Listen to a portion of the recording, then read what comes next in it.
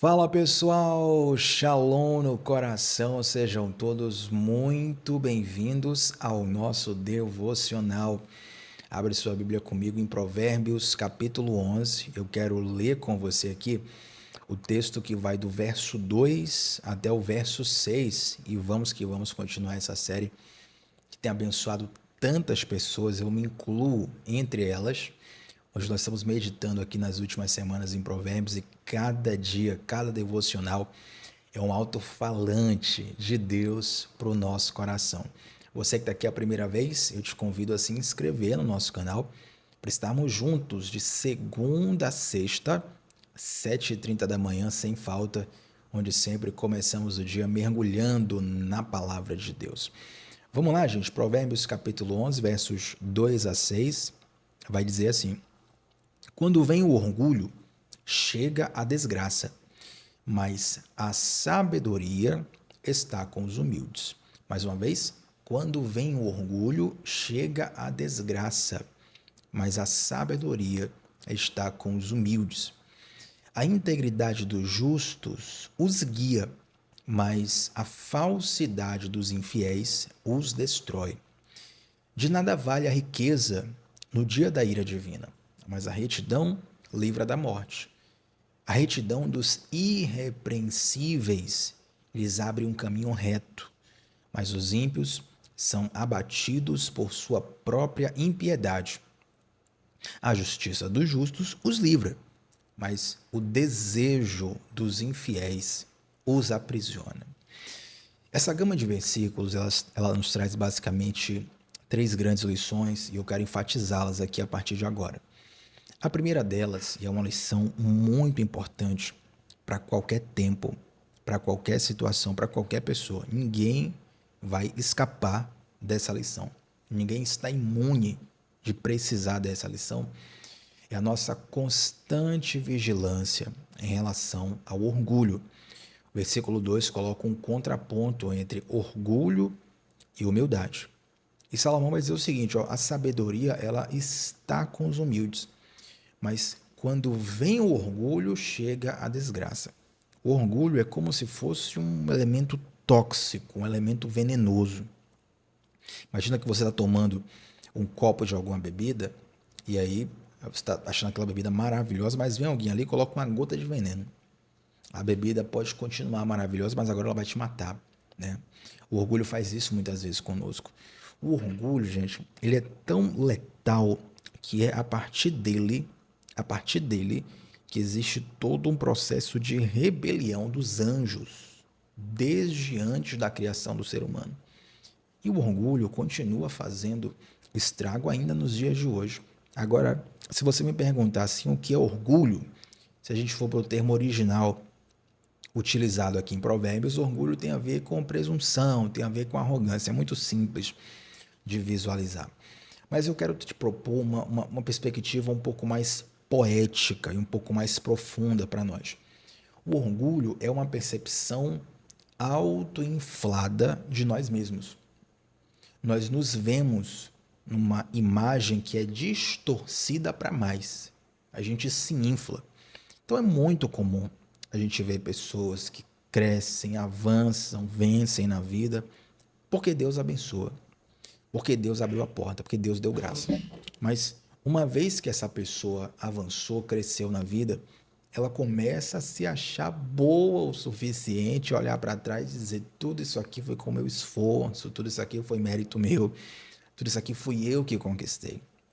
Quando na verdade é Deus que nos abençoa, é Deus que abre a porta. Então é muito, muito, muito comum que Satanás intoxique, envenene o nosso coração e a nossa alma com orgulho. Por exemplo, eu sempre faço questão de falar que o elogio, ele é uma bênção, desde que degustado da forma certa. O elogio ele é como um vinho. Quando você degusta um vinho numa determinada quantidade, um determinado modo, ele vai ser saudável. Pode até trazer ali benefícios para a sua saúde, vai ser saboroso em determinado momento, mas se você ingerir muito vinho, que é o caso de você saborear da forma errada, você vai se embriagar. Uma vez que você se embriaga, os filtros da sua mente caem né? Tem todas as consequências de uma embriaguez e você pode ali colocar em risco a sua vida, colocar em risco a vida de terceiro. E muitas pessoas, ao invés de apenas degustarem um elogio, elas se embriagam com o elogio. Tem pessoas que recebem tantos elogios que elas começam a se acharem mais do que são. E aí começam a se perder. Se perdem nesses elogios, se perdem nessas palavras. E qual é o problema? É que o orgulho, no fundo, é uma tentativa de substituir Deus pela nossa capacidade. É uma tentativa de substituir Deus pelo nosso mérito. Quando Adão e Eva estão ali no Jardim do Éden e existe aquele diálogo com a serpente fala o seguinte: olha, se você comer desse fruto, você vai ser igual a Deus. Você não vai morrer, não, você vai ser igual a Deus. Então, quando Eva come daquele fruto, Adão come daquele fruto, eles estão ali buscando não matar a fome da barriga, a fome do estômago. Eles estão buscando, naquele momento, chegarem no lugar de Deus. Se eu ingerir esse alimento aqui, eu vou ser igual a Deus. Eu não vou precisar de Deus. Entende? Então o orgulho começa a infectar a nossa jornada, muitas vezes de um modo sutil. Todas as vezes que você receber um elogio, agradeça, seja gentil, seja cortês, mas coloque aquele elogio no altar do Senhor. Em contrapartida, a humildade, gente, e algumas pessoas entendem errado a humildade.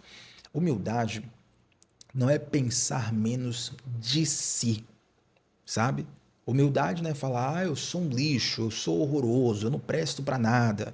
Isso não é humildade. Humildade não é pensar menos de si. Humildade é você pensar corretamente sobre si. Tudo o que eu tenho de bom, eu tenho pela graça de Deus.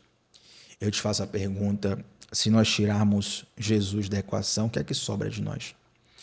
Do que adianta todas as qualidades, talentos, recursos, um nome importante, contatos que nós temos, se Jesus sair da nossa caminhada? Entende? Então, ser humilde não é negar as suas qualidades. Ser humilde não é negar os seus talentos. Ser humilde não é negar a sua aptidão. Ser humilde é você reconhecer que todo esse castelo ele tem um fundamento. E quando você tira o fundamento, todo o castelo desmorona. Compreende? Então, eu sei que tem várias pessoas que sofrem, por exemplo, com algum nível de perseguição, pessoas que sofrem com algum nível de ofensa, pessoas que sofrem com coisas parecidas. Mas o orgulho, para ser bem sincero, ele tem destruído mais pessoas do que a perseguição. É interessante que até o século XIX, nós tínhamos muita gente na história da humanidade, muita gente mesmo que morria pela fome, morria pela falta de alimento. Do século XX para cá, a gente está no século XXI, as pessoas estão morrendo mais por doenças associadas ao excesso do consumo de alimento do que pela fome. Pessoas estão morrendo mais por questões, condições, doenças associadas ao consumo de alimento do que a falta dele. Então note que não é só a fome que vai te matar. Se alimentar da forma errada também vai te matar.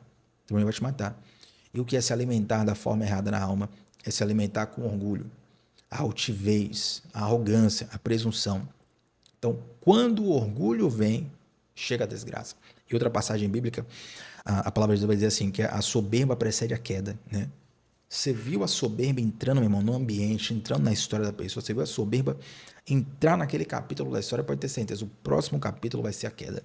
O próximo capítulo vai ser o destaque. E normalmente, quem está envenenado, intoxicado pelo orgulho, não percebe. Quem está envenenado, intoxicado pela soberba, não percebe. Alguns percebem, mas a maioria não. E aí vem o meu conselho para você. Se você está recebendo essa mensagem, talvez você diga assim, Thiago, como é que eu vou saber então se eu estou sendo intoxicado pelo orgulho ou não? Nos cabe um autoexame do nosso coração à luz da palavra de Deus. Nos cabe orar ao Senhor, pedindo a Deus misericórdia. Senhor, se eu tenho sido orgulhoso, se eu tenho sido soberbo, mostra o meu coração, me sensibiliza. E nos cabe também termos pessoas que vão ser voz de Deus para a nossa vida, pessoas que vão nos falar a verdade. Amigos que sejam, como que eu posso dizer, fiéis o suficiente, íntimos o suficiente, para poder falar o que nós precisamos ouvir. Eu sei que esses a gente conta, né, na ponta dos dedos, são muito poucos. Mas é importante você caminhar com pessoas que vão te exortar quando você precisar ser exortado. Quando você tem uma amizade mais rasa, por assim dizer, normalmente é uma amizade que fica muito ali no campo do elogio, a pessoa não tem muita intimidade para poder entrar na sua vida, para poder conversar com você, para poder até, né, te dar uma orientação mais firme. Mas, meu irmão, quando você tem um amigo mais chegado com o irmão, aquele amigo que não vai se importar se você se chatear com ele, mas ele vai se preocupar com o seu bem, isso faz toda e completa diferença. Olha a importância de ter pessoas caminhando do seu lado para abrir os seus olhos. Porque muitas vezes nós estamos sendo orgulhosos, soberbos, arrogantes, sem perceber. Então, quando vem o orgulho, chega a desgraça, mas a sabedoria está com os humildes. E aí o versículo 3 vai falar o seguinte: a integridade dos justos os guia, mas a falsidade dos infiéis os destrói. E aqui eu quero trazer uma abordagem sobre esse termo integridade pelo seguinte: a gente até falou disso lá no início do nosso devocional em Provérbios, mas graças a Deus tem sempre muita gente nova chegando aqui. Sejam todos muito bem-vindos, se inscrevam no canal. E talvez você não tenha visto os primeiros devocionais em Provérbios, né? Todos os devocionais estão salvos aqui no canal, fica à vontade para assistir. Tem uma playlist só de Provérbios aqui, a nossa aba de playlists no canal. Mas quando nós falamos de integridade, lá no início de Provérbios, eu trouxe uma perspectiva um pouco mais profunda do que o que a gente tem. Quando a gente fala assim, ó, fulano de tal é íntegro, você pensa o quê? Que a pessoa é correta, né? Fulano de tal paga os impostos, é fiel ao seu cônjuge, não comete crimes, não mente, não engana, não é desonesto. Fulano é íntegro. Mas, na verdade, essa ideia de integridade na Bíblia, ela também tem a ver com integral. Integral no sentido de completude, no sentido de totalidade. Então agora você vai reler esse versículo com essa aplicação. A integridade dos justos o guia, a totalidade, a completude. Como assim, Tiago? A totalidade, a completude. Você conhece alguém que se entregou a Deus pela metade?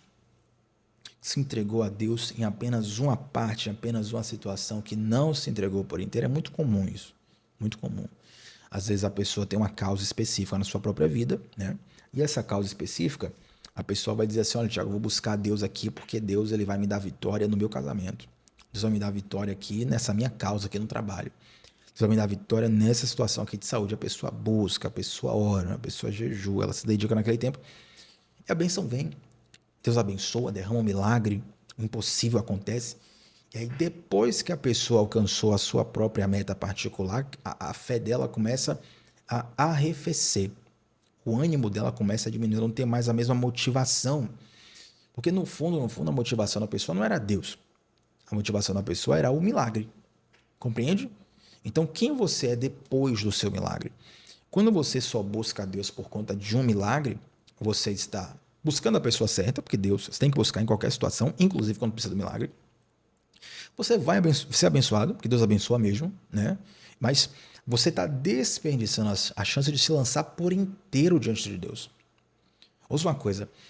As situações difíceis da nossa vida, elas são, na verdade, iscas de Deus. São portas de entrada, onde você vai ter ali uma experiência com Deus.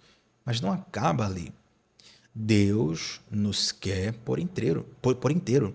Eu gosto de uma frase de um determinado pastor que ele diz assim: Deus não quer muito de você, não. Deus quer tudo, né? Deus não quer 99,9%, Deus quer 100% de você. E essa entrega por inteiro vai te ajudar a se situar na vida, para que você não viva precisando de milagre em milagre, de socorro em socorro, de apagar incêndio em apagar incêndio. Você vai estar completamente diante do Senhor. Aí o apóstolo Paulo vai dizer lá no Novo Testamento, ele vai dizer o seguinte: olha, eu aprendi a viver no momento bom, no momento ruim. Aprendi a viver na fartura, aprendi a viver na escassez. Aprendi a viver no quadro positivo, no quadro negativo. Aprendi a viver no X, no Y. Tudo posso naquele que me fortalece, ou seja, em Deus. O que o Paulo está dizendo é o seguinte: eu estou tão entregue a Deus que o que vier, pode mandar. Eu estou descansando no Senhor. E se vier uma tempestade, vou passar pela tempestade com o Senhor. Se vier a bonança, vou passar pela bonança com o Senhor. Porque a bonança também, se você não vigiar, a bonança te rouba. Olha o orgulho, né? Vou passar a bonança com o Senhor. Se vier a prova, vou passando pela prova, dando glória a Deus. Então a gente precisa dessa integridade, não só no sentido de andar corretamente, mas no sentido de ser integral. Integridade e integralidade. Ser integral, se entregar 100% a Deus. E eu te pergunto, tem alguma área da sua vida que você ainda não entregou ao Senhor? Vale a pena o autoexame. Eu tenho certeza que Deus vai começar a clarear no seu pensamento, no seu coração, agora mesmo. Algumas coisas, assim, alguns pensamentos que podem ser pensamentos soltos, mas na verdade é a voz de Deus soprando no seu coração, algumas áreas que você precisa rever na sua vida. E aí o versículo 4, gente, vai dizer o seguinte: ó, de nada vale a riqueza no dia da ira divina, mas a retidão livra da morte. Os versículos 4, 5 e 6 vão trazer basicamente a mesma mensagem. A mensagem de que a retidão traz livramento. Retidão traz livramento. E é interessante que o verso 4 fala assim: de nada vale a riqueza no dia da ira divina. Eu conheço muitas pessoas que se confiam muito na riqueza que tem, no dinheiro que tem, na verdade, né? Na finança. Bom, o dinheiro é realmente uma ferramenta muito poderosa na nossa sociedade. Com dinheiro você compra acesso, com dinheiro você compra tecnologia, com dinheiro você compra contatos, com dinheiro você compra oportunidades, com dinheiro você faz e acontece. O dinheiro é uma ferramenta poderosa, pode ser usada para o bem, pode ser usada para o mal. Eu oro que o teu coração esteja em Deus e ele seja uma ferramenta de Deus na sua vida, o dinheiro, né? Mas algumas pessoas, elas se confiam muito no dinheiro, colocam o seu coração no dinheiro. A Bíblia fala que o amor ao dinheiro é a raiz de todos os males. E não só o dinheiro, mas algumas outras coisas acabam surrupiando o nosso coração, usurpando o nosso coração. Isso é fruto de uma percepção equivocada que nós temos, onde nós achamos que o ponto final da existência é a morte. O ponto final da existência não é a morte. A vida neste plano tem como ponto final a morte. Mas a Bíblia fala que após a morte, segue-se o juízo. Quando nós morrermos, nós não vamos deixar de existir. Quando nós morrermos, existe toda uma eternidade que está sendo decidida hoje, que está sendo decidida agora.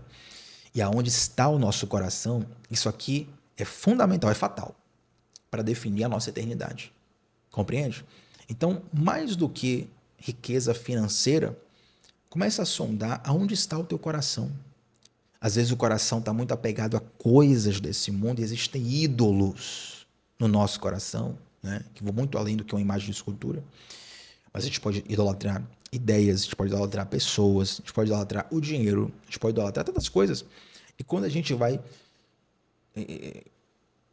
abraçando essas coisas e deixando o nosso coração fixado nessas coisas desse mundo, a gente vai perdendo a compreensão de eternidade. E aí você tem muitas pessoas completamente em pânico com a ideia de para onde eu vou depois dessa vida, para onde eu vou depois da morte. Meu irmão, minha irmã, certa vez eu ouvi alguém falar, e assim, a pessoa falando sobre olha, eu creio em Deus, mas eu não sei se eu vou para o céu ou não, é como assim e tal, conversando. É até um pouco complicado falar aqui agora, eu teria que gastar tempo explicando detalhes da conversa. Mas a gente começou a falar sobre segurança da salvação. Segurança da salvação. A pergunta que eu te faço é: se você morrer hoje, está seguro da sua salvação? Porque o Evangelho nos dá segurança da nossa salvação. Se por alguma razão, e tem várias pessoas que estão assim, quando a pessoa começa a pensar nisso, poxa, Tiago, eu percebi que eu não estou tão seguro. Se você não está seguro da sua salvação, entre em contato comigo, a gente vai conversar. A gente vai conversar sobre Bíblia, a gente vai te mostrar. Mas é muito importante você sanar isso agora. Porque tem pessoas que começam a pensar isso quando já está no leito de morte. Tem pessoas que começam a pensar isso quando já está no hospital, numa situação muito grave. Tem pessoas que começam a pensar isso numa situação que é muito mais complexa emocionalmente falando. Compreende? Mas o Senhor Jesus, aquele que morreu na cruz do Calvário por nós para nos salvar, ele nos dá a convicção da nossa salvação. Podem tirar de você teu celular, teu dinheiro, podem tirar de você tua família, podem tirar de você a tua casa. A convicção de salvação, meu irmão, ninguém pode roubar de você. Tem uma passagem de primeira aos Coríntios, eu acho que é o capítulo 15, rapaz, eu vou me arriscar a achar essa passagem aqui agora. Lá no finalzinho, cadê? Eu não sei se é o versículo 15, capítulo 15, que fala assim, ó, o mesmo Espírito testifica com o nosso Espírito que nós somos filhos de Deus. Eu falei Coríntios, Romanos 8, meu Deus do céu, misericórdia. Romanos 8, Coríntios. Aí tudo foi escrito por Paulo. Mas Romanos 8, versículo. Coríntios é a mente de Cristo. Confundi por causa disso. Coríntios que Paulo fala. Mas Romanos 8, Coríntios Paulo fala da mente de Cristo, mas Romanos 8, versículo 16, fala assim, ó, o próprio Espírito. Não, eu vou até no 14 aqui, que o negócio é profundo. Versículo 14. Porque todos os que são guiados pelo Espírito de Deus são filhos de Deus. Pois vocês não receberam um espírito que os escravize para novamente temer. Olha aí. Mas receberam o espírito que os adota como filhos, por meio do qual clamamos Abba Pai. E o próprio Espírito testemunha ao nosso espírito que somos filhos de Deus. O Espírito Santo, e esse é o desejo dele para a sua vida, ele quer gerar no teu coração uma convicção que vai além de qualquer explicação. Eu acho engraçado quando o pastor Luciano Subirá fala assim, eles na adolescência dele perguntaram, o pastor perguntou para ele, né, como é que você sabe que você vai ser salvo? Ele falou assim, eu sei porque sei porque sei. E essa resposta parece uma resposta... foi uma resposta de um adolescente mesmo, muito simples, né? De uma criança, uma resposta mal construída, mas na verdade é isso mesmo. Né? Eu sei porque sei porque sei. Meu irmão, eu tenho uma convicção que vai além de mim. Não é porque eu sou bom nisso ou bom naquilo. Não é porque eu sou o super irmão, super crente, o super santo, não. A minha convicção é que a obra de Cristo na cruz do Calvário é suficiente para perdoar e apagar todos os meus pecados. E o amor de Deus é suficiente para cobrir todas as minhas falhas.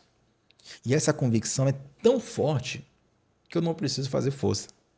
Sabe quando você tem que fazer pensamento positivo? E aí no pensamento positivo você tem que fazer muita força, né? Não, hoje meu time vai ganhar, eu acredito, meu time vai ganhar. O meu time vai ganhar. Você fica no pensamento positivo, e seu time empata, seu time perde, é luta, peleja. Mas quando você tem convicção de algo, deixa eu dizer uma coisa, você precisa fazer força para acreditar que se você colocar a mão no fogo você vai queimar? Você precisa fazer força para acreditar na lei da gravidade, que se você soltar uma maçã, ela vai cair? Por que você não precisa fazer força? Porque você está convicto daquilo. Você está convicto da lei da gravidade. Está convicto de que se colocar a mão no fogo vai queimar. A convicção é tão forte que você não precisa fazer força. Então, Tiago, como é que eu sei que eu tenho uma convicção de salvação?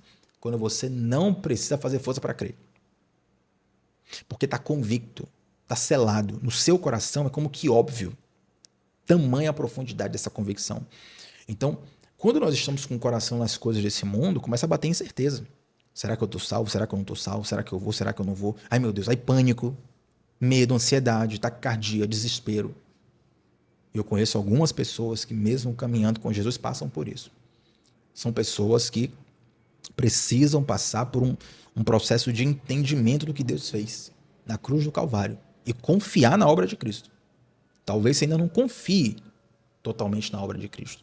Quando a gente não confia totalmente na obra de Cristo, a gente começa a querer bater meta espiritualmente, né? A aumentar a performance para agradar a Deus. Para quem sabe Deus gostar de mim e tal, esqueça isso, meu irmão. Esqueça isso. Você já é filho amado do Senhor. Um filho, ele é filho porque é filho. Não precisa bater meta para ser filho. Não precisa bater performance para ser filho. Ele é filho. E a Bíblia fala que o próprio Espírito testemunha ao nosso Espírito que nós somos filhos de Deus. Compreende? Um filho pode até desagradar o pai em algum momento, mas continua sendo filho. Um filho pode tirar uma nota boa ou nota ruim. E nas duas ele é filho. Um filho pode acertar, pode errar. Ele permanece sendo filho. E essa convicção, ela nos guarda profundamente. Então, para fechar esse devocional, os 3 passos, né, o tripé desse devocional aqui. Primeiro de tudo, cultive a humildade, que vai ser um santo remédio contra o veneno do orgulho. Segunda coisa, zele por sua integridade. Não apenas de viver corretamente, mas ser integral diante de Deus, se lançar por inteiro diante de Deus.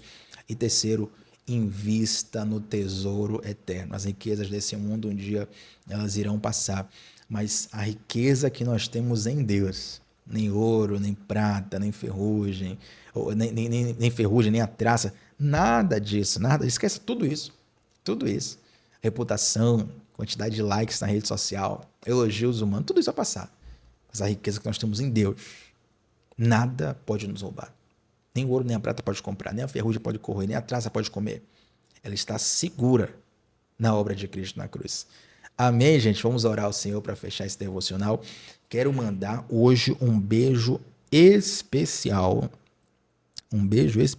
para uma pessoa queridíssima por mim, não só por mim, mas por muitos que estão aqui, inclusive, né, da nossa igreja local. Dona Patrícia Chamusca, rapaz, fui intimado ontem na cantina, poder falar, não, você não fala comigo no devocional. Eu falei, Paty, às vezes não dá para ver o chat lá, mas vou mandar um salve para você. Então, Paty, um beijo no coração, Paty, que com certeza ela sabe, e se não sabe, fique sabendo que é muito amada por mim e por tantas pessoas que estão aqui. Tem muita gente querida aqui nesse devocional também, inclusive eu quero convidar você que está aqui a primeira vez a deixar um like nesse vídeo. Aliás, todo mundo deixa um like nesse vídeo. Seu like ajuda para esse devocional chegar para mais pessoas. E você que está aqui na primeira vez, se inscreve no nosso canal. E no nosso comentário fixado, gente, nós temos o link do nosso grupo de WhatsApp, que é um grupo onde você recebe a transmissão do devocional na palma da sua mão. E você receberá também durante o dia as anotações desse devocional que a gente está fazendo.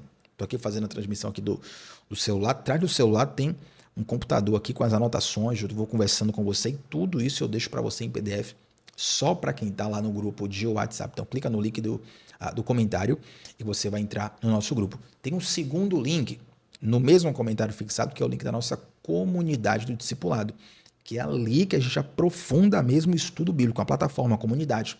Diferente do YouTube, diferente de redes sociais, ali a gente tem um tempo de profundidade mesmo na palavra de Deus. Se você quer crescer na palavra de Deus, estudando a Bíblia, eu te convido muito a entrar na nossa comunidade do discipulado. Tem muitas pessoas aqui que fazem um devocional que já estão na comunidade e você também não pode ficar de fora. Vamos orar, gente? Santo Deus, nós te agradecemos, nós te louvamos, te damos honra por toda a obra de Cristo na cruz. Meu Deus, nós nos apoiamos nisso e reafirmamos isso em nossas vidas. Te pedimos, Deus, nos guarda em humildade, Senhor. Se porventura temos sido orgulhosos, arrogantes, soberbos, nos mostra, Pai, tem misericórdia de nós. Nos ajuda a vencermos esse veneno da alma. Nos ajuda, Deus, a nos lançarmos por inteiro diante de Ti. Nem 1% fora. 100% diante de Ti. Nos ajuda a termos essa coragem. Meu Deus, se tem alguém aqui que tem receio de se lançar aos pés do Senhor, por qualquer questão que seja, eu oro, Deus, por uma santa coragem, uma coragem que vem do alto, uma coragem que vem no seu espírito, para que essa pessoa se lance por inteiro, Deus. Nos ajuda também a cultivarmos os tesouros eternos, os tesouros do céu, onde nem a prata nem a ferrugem corrói. Nós confiamos em Ti, nos apoiamos em Ti e agradecemos a Ti por essa palavra profunda e verdadeira. Em nome de Jesus. Amém, gente. Like no vídeo. Tamo junto de segunda a sexta, às 7h30 da manhã, começando o dia mergulhando na palavra de Deus. E antes de sair daqui, comenta qual foi a parte que mais falou ao teu coração nesse devocional, tá bom? Tamo junto. Até a próxima, gente. Tchau, tchau.